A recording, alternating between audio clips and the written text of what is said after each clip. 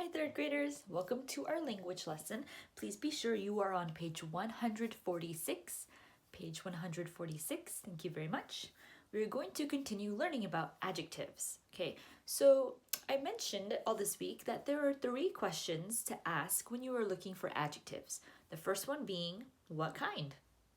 The second one being, which one? And the third one being, how many, which are numbers. Today, we're going to learn about the 4th question to ask when you're looking for adjectives. And that 4th question is whose? Whose? That's it. W-H-O-S-E. So on page 146, page 146, we have the 4 questions on the very top in the purple box. Let's look at it. So here it is. Whose? Whose friend? My friend. Whose keys? Tammy's keys. Now notice, an adjective can be a person's name with an apostrophe S. It's a possessive noun now. So Tammy's has an apostrophe S. It answers whose. It was a name, it was a noun, but when you put that apostrophe S right here, it now becomes an adjective. So I can give other examples like whose book? Asion's book. Whose dog? Caesar's dog. Whose cup? Jeremiah's cup. Whose pencil? Dylan's pencil. Whose cat? Haley's cat. Whose car? Leslie's car. So those nouns with the apostrophe S are adjectives. Let's practice this. As you can see for number 1, it says John has a raincoat. They changed that to an adjective. John's raincoat. Do you see that? John's raincoat. All they did was put John, an apostrophe S, and then the noun that he owns. So now let's practice this with number 2 and 3. I lost $1. So whose dollar? My dollar. And that's what we'll write down. My dollar. Okay. Number 4. Sarah made cookies. Whose cookies? Sarah's cookies. And that's what we'll write down. Sarah's cookies. So after reading a sentence, ask yourself the question, whose? And then you'll write that person's name and an apostrophe S, or in the case of number 2, you'll just put my. So we will definitely do 4 and 5 at our Zoom meeting, unless you already figured it out and you're like, I think I got this, Miss Vera. All right, good job. This is like level 4 thinking, because we are taking information and we are reconstructing, if that's the word, reconstructing it. We're changing it around, okay? Think B. Think B. I'll read the directions. You listen carefully and you read along with me in your book. Underline each noun and circle each adjective in each sentence below.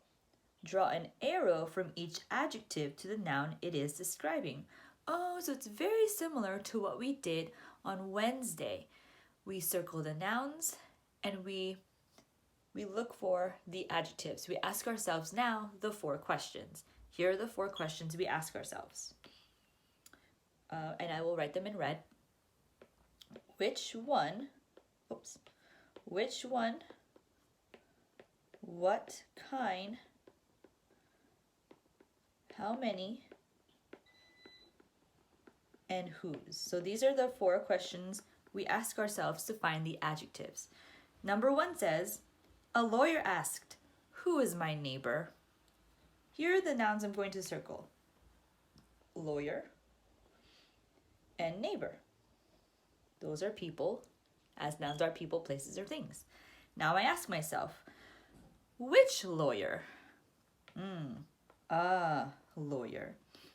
And then for the neighbor, whose neighbor? My neighbor. Okay?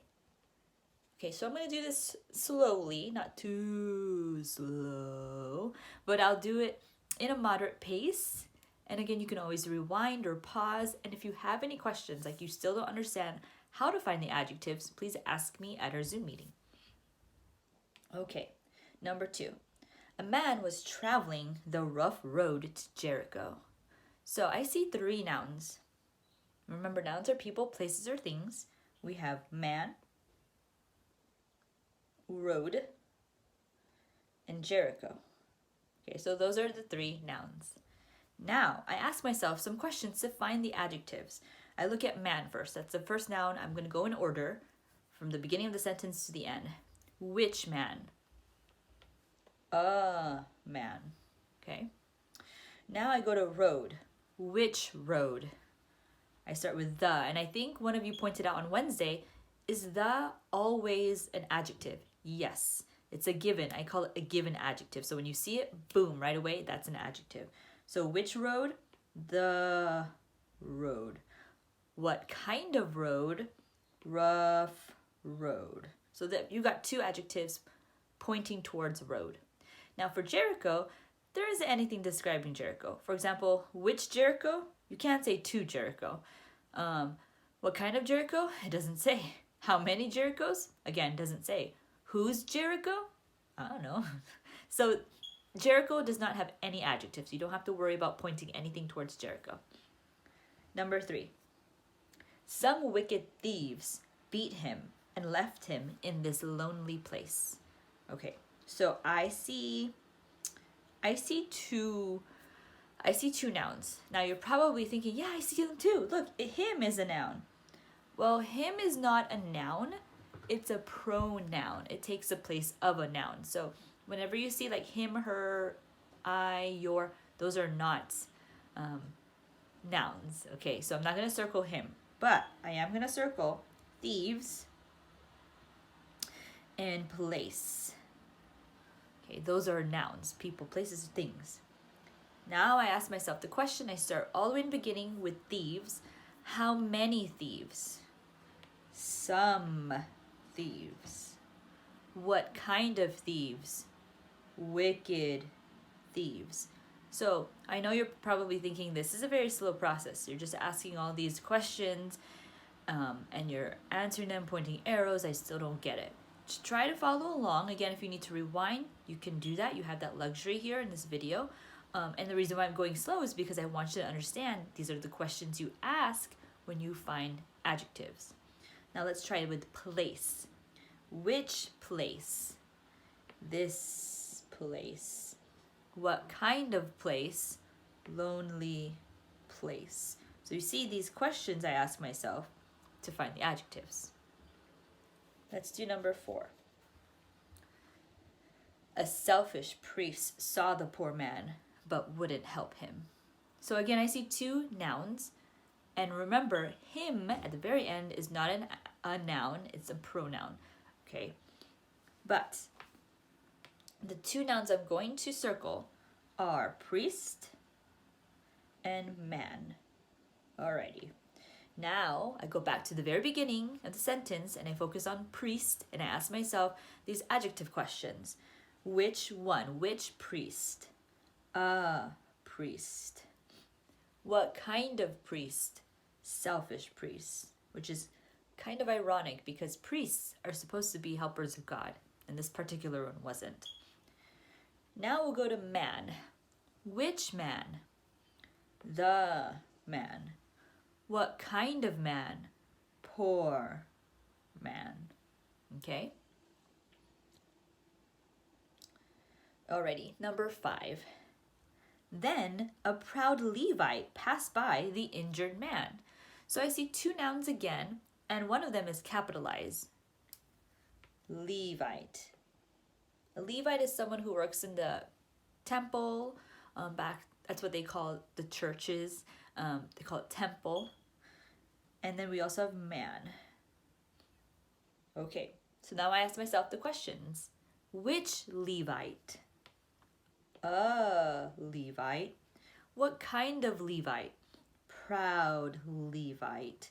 So it's basically saying how this particular worker in the temple who works in an environment where you're supposed to worship God did not want to help this man. He was proud. He thought, no, I don't think I can help this guy.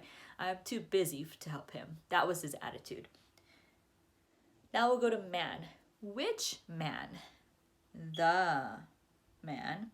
What kind of man? This word is injured man. Injured meaning you are hurt. And it's hard for you to get help, or you can't help yourself, so you're hurt.